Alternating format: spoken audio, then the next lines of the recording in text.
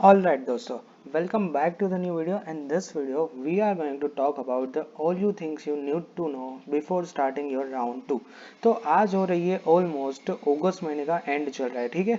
अब आज या कल मतलब मैं जब ये वीडियो अपलोड करूंगा उसमें उसके एक दो दिन बाद ही आपका राउंड 1 का रिजल्ट है वो यहाँ पे आपको डिक्लेयर हो जाएगा। And then you will need to know कि आपको कौन सी कॉलेज में एडमिशन मिला है। वो सारे सवाल के जवाब आपको राउंड 1 के रिजल्ट से इजीली मिल जाएंगे।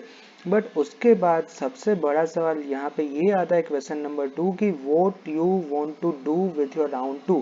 क्या आप राउंड 2 में जाना चाहते हो? राउंड 2 में जाना चाहते हो तो आप किस तरीके से जाओगे? यहाँ पे आप अपना एडमिशन कंफर्म करोगे और उसके बाद राउंड 2 में जाओगे, या फिर आप अपना एडमिशन कैंसिल करोगे और उसके बाद राउंड 2 में जाओगे? ये सब कुछ आपको अभी से सोचना स्टार्ट कर देना चाहिए। अब देखिए यहाँ पे राउंड 1 में आप बाय डिफॉल्ट एनरोल हो जाओगे। वोट आई मीन टू से इट कि यहाँ पे मान लीजिए कि आपने यहाँ पे राउंड 1 में जाने के लिए सबसे पहले मॉक राउंड की चॉइस फिलिंग की और राउंड 1 का आपका यहाँ पे प्रोसेस खत्म हो गया, ठीक है। उसके बाद यहाँ पे आप बाय डिफॉल्ट राउंड 2 के लिए एनरोल हो जाओगे। इसमें आपको कुछ भी करना नहीं होगा, यानी कि आपको एसीपीसी को ऐसा नहीं बोलना है कि देखिए मुझे अब राउंड 1 में जो कॉलेज में एडमिशन मिला है ना, मैं उससे खुश हूँ, यहाँ पे मुझे कोई भी मतलब दूसरी राउंड में नहीं जाना है। तो ऐसा आपको बिल्कुल बोलने की जरूरत नहीं है। आप बाय डिफॉल्ट राउंड 2 के लिए एनरोल्ड हो जाओगे, whether you want to go in round 2 और नॉट, वो बात की बात है। बट हर कोई स्टूडेंट एसीपीसी की प्रोसेस में जो भी स्टूडेंट होता है वो बाय डिफॉल्ट राउंड 2 के लिए एलिजिबल होता है। तो यहाँ पे इम्पोर्टेंट बात ये है कि राउंड 2 में आप मतलब अच्छी बात भी है और बुरी बात भी है। गुड थिंग इज कि यहाँ पे आप अपनी ब्रांच है वो एक कॉलेज ऊपर जा सकते हो, यानी कि आप यहाँ पे अपनी कॉलेज अपडेट कर सकते हो। बुरी बात ये है कि अगर आप यहाँ पे ठीक से चॉइस फिलिंग नहीं करते हो तो आप एक पोजीशन नीचे भी आ जाते हो और उसके बाद you will not get your earlier college back. What I mean to say कि यहाँ पे देखिए राउंड 2 का एक बेसिक सा नियम है कि जैसे ही आपको यहाँ पे राउंड 1 के बाद ये है राउंड नंबर 2 और इसके अंदर आपको यहाँ पे कोई भी XYZ पर्टिकुलर कॉलेज मिली है, ठीक है। तो अब आपको ये कॉलेज में आप मतलब कंपलसरी आपको यहाँ पे जाना ही होगा। What you have earlier previous college you can not get your seat over there. अब यहाँ पे मैं कहना क्या चाहता हूँ कि देखिए यहाँ पे जब भी आपका राउंड 2 होगा ना, तो राउंड 2 में आपकी जो पहली पहली वाली सीट होगी ना राउंड 1 की, उसमें आपका एडमिशन कैंसिल हो जाएगा बाय डिफॉल्ट और उसकी जगह पे आपके नाम के बाजू में राउंड 2 की जो कॉलेज आपको अलॉट हुई होगी ना वो यहाँ पे आ जाएगी। तो इसीलिए you will not get your round 1 college back. ये सबसे इंपॉर्टेंट पॉइंट है कि आप राउंड 1 में जो कॉलेज मिली है वो आप किसी भी तरह से वापस नहीं ले पाओगे अगर राउंड 2 में कोई कॉलेज आपको मिलती है तो। अब यहाँ पे राउंड 2 के बाद भी आपके पास दो तरह की चॉइस है, या तो आप एडमिशन लो या तो आप एडमिशन कैंसिल करो। यानी कि आप टोकन फी भर के यहाँ पे आप अपना एडमिशन ले लीजिए राउंड 2 में। अदरवाइज आपको उसमें नहीं जाना है तो सिंपली आप बोल दीजिए कि I just want to cancel your admission. तो ये सिंपल सी प्रोसेस है।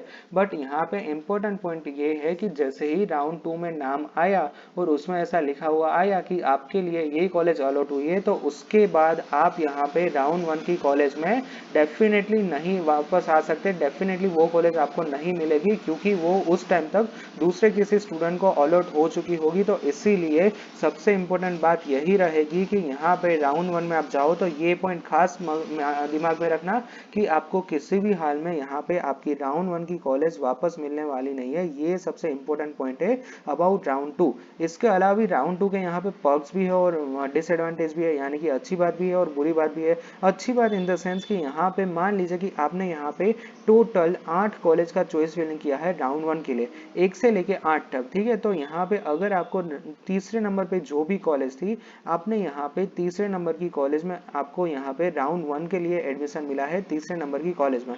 तो इसके बाद ये राउंड खत्म हो गया और उसके बाद आपकी बारी स्टार्ट होती है राउंड 2 के लिए। तो आपने यहाँ पे जिस तरह की चॉइस फिलिंग थी उसी तरह की यहाँ पे आपने चॉइस फिलिंग रखी है। बट सिर्फ वन कंडीशन कि यहाँ पे आपने क्या किया कि यहाँ पे आपने 1 2 3 ही कॉलेज रखी और बाकी की जितनी भी कॉलेज थी 4 5 6 7 8, यानी कि ये सारी कॉलेज निकाल दी और यहाँ पे आपने राउंड 2 के लिए सिर्फ 3 ही चॉइस फिलिंग की है और बाकी की यहाँ पे चॉइस फिलिंग निकाल दी है।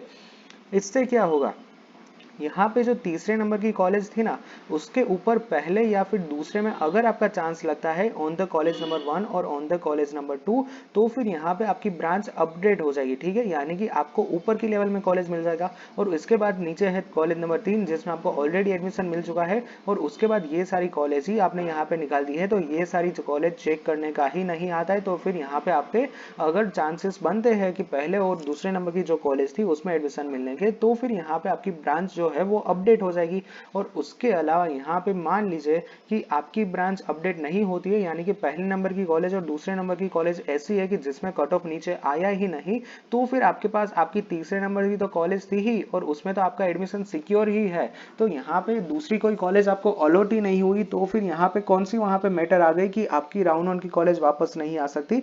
आई होप ये आपको खास क्लियर हो चुका होगा कि कहाँ पे डिफरेंस होता है और कहाँ पे किस केस के अंदर आपको राउंड 1 की कॉलेज नहीं मिलेगी और किस केस के अंदर आपको राउंड 2 की कॉलेज वापस मिल जाएगी। देखिए दोस्तों, ये खास करके मैं यहाँ पे आपको बाहर देके आपको समझाना चाहता हूँ कि राउंड 2 के लिए काफी सीरियसली चॉइस फिलिंग करना और एक सोच विचार करके आपके जो सीनियर्स है, मतलब जो लोगों ने ऑलरेडी इस तरह का राउंड 2 में अपीयर कर दिया है, उन लोगों के साथ एडवाइस करना, एसीपीसी की हेल्प सेंटर पे जाके वहाँ पे मतलब एडवाइस लेना। और यहाँ पे मेरी चैनल तो है ही, और रात को हर मतलब 9 साढ़े 9 बजे लाइव सेशन तो होता ही है डेली बेसिस, तो आप डेफिनेटली वहाँ पे ट्राई कर सकते हैं। ऑलराइट, तो ये था राउंड 2 का पूरा इन्फॉर्मेशन। और इसके अलावा यहाँ पे एक सिंपल सी बात है टोकन फीस के बारे में, तो वो यहाँ पे मैं आपको समझा देता हूँ कि मान लीजिए कि यहाँ पे है गवर्नमेंट कॉलेज और यहाँ पे है सेल्फ फाइनेंस कॉलेज। यहाँ पे मैं बीच में एक लाइन ड्रॉ कर देता हूँ और यहाँ पे भी मैं एक लाइन जस्ट अ मिनट एक लाइन ड्रॉ कर देता हूँ, ठीक है। यहाँ पे आपके सामने एक फिर से है गवर्नमेंट कॉलेज और उसके सामने यहाँ पे आपके पास फिर से एक सेल्फ फाइनेंस कॉलेज। ये है राउंड नंबर 1 और ये है राउंड नंबर 2, ठीक है। अब मैं फटाफट से अपनी पेन का जो कलर है वो चेंज कर देता हूँ ताकि आप लोगों को समझने में ईजीनेस हो, ठीक है। और मैं थिकनेस भी थोड़ी सी कम कर देता हूँ ताकि मतलब मजा आए, ठीक है। अब यहाँ पे आते हैं, अब यहाँ पे देखते हैं कि किस तरह से मतलब आपका यहाँ पे चॉइस फिलिंग में इजीली यहाँ पे मैं आपको हेल्प करता हूँ। राउंड 1 में आपको गवर्नमेंट कॉलेज मिली है और यहाँ पे आपने राउंड 2 में फिर से ट्राई किया है गवर्नमेंट में अप्लाई करने का और राउंड 2 में आपको मिली है गवर्नमेंट कॉलेज। अब यहाँ पे आपने 1500 पे किए थे, 1,500 एज योर ट्यूशन टोकन फी, उसमें आपको कुछ भी ऐड करने की जरूरत नहीं है, ज्यादा देने की जरूरत नहीं है, और ना ही तो एसीपीसी आपको यहाँ पे कुछ रिफंड करेगा। इसका रीजन क्या है? इसका रीजन ये है कि अगर आप गवर्नमेंट कॉलेज में राउंड 1 में थे और राउंड 2 में भी गवर्नमेंट में जा रहे हो, तो फिर यहाँ पे आपको कुछ भी ज्यादा टोकन फी पे नहीं करनी पड़ेगी। बट यहाँ पे मान लीजिए कि केस कुछ ऐसा है कि राउंड 1 में आपको गवर्नमेंट कॉलेज मिली थी, राउंड 2 में आपको सेल्फ फाइनेंस कॉलेज मिल रही है, तो फिर यहाँ पे सेल्फ फाइनेंस कॉलेज की टोकन फी यहाँ पे होती है 20,000। कितनी? 20,000। और आपने कितनी पे की थी? ओनली 1,500। तो बाकी के बचे हुए 11,500 आपको फिर से as a tuition token fee ACPC जो बैंक अकाउंट बोलेगा उसके अंदर डालना होगा, तभी आपकी यहाँ पे एडमिशन स्लिप जनरेट होगी। आई होप कि ये दोनों केस आपने समझ लिए होंगे। अब बात करते हैं बाकी के दो केस की, और उनमें कौन कौन से केस है कि मान लीजिए कि आपको राउंड 1 में मिला था सेल्फ फाइनेंस के अंदर और राउंड 2 में आपको मिल रहा है यहाँ पे गवर्नमेंट के अंदर। यानी कि राउंड 1 में आपने यहाँ पे आपकी जो टोकन फी पे की थी वो थी 20,000 और राउंड की जो कॉलेज है उसकी तो सिर्फ 1,500 है, यानी कि 1,500, ठीक है। तो यहाँ पे बाकी के बचे हुए पैसे 18,500 आपकी बैंक अकाउंट में वापस आ जाएंगे। बाय डिफॉल्ट यहाँ पे आपको कुछ भी प्रोसेस नहीं करना होता है, ये अपने आप ही यहाँ पे वापस आ जाएंगे, ठीक है। अब यहाँ पे दूसरा केस ये ले लेते हैं कि मान लीजिए कि आपको राउंड 1 में सेल्फ फाइनेंस में मिला था और राउंड 2 में भी आपको सेल्फ फाइनेंस ही मिल रहा है, तो इसमें आपका कोई भी डिफरेंस नहीं हुआ। पहले भी आपकी 20,000 है और इस टाइम भी आपकी 20,000 ही रहेगी, तो यहाँ पे आपको कुछ भी ज्यादा देने की जरूरत नहीं है, कुछ भी आपको रिटर्न लेने की जरूरत नहीं है। तो ये है सिंपल सा फंडा। अगर आप राउंड 1 में एडमिशन कंफर्म करने के बाद टोकन फी पे कर देने के बाद राउंड 2 में जाते हो, तो किस तरह से यहाँ पे आपको कौन से केस में ज्यादा फी पे करनी होगी और कौन से केस में कम फी पे करनी होगी, तो ये सारा फंडा आई होप कि आपको क्लियर हो गया होगा। एक लास्ट में मैं मजाक के लिए फनी थिंग ये कर दूं कि अगर मान लीजिए कि कोई स्टूडेंट यहाँ पे राउंड 1 में भी एडमिशन कंफर्म नहीं करता है, यहाँ पे बोल देता है कि मुझे एडमिशन कैंसिल कर देना है, और राउंड 2 में भी कोई भी ट्यूशन टोकन फी पे नहीं करता है, यहाँ पे भी बोल देता है कि मतलब वो स्टूडेंट एडमिशन कैंसिल कराए, तो फिर यहाँ पे कुछ मगजमारी ही नहीं है, यहाँ पे कुछ टेंशन ही नहीं है उस स्टूडेंट को ट्यूशन टोकन फी पे करने का।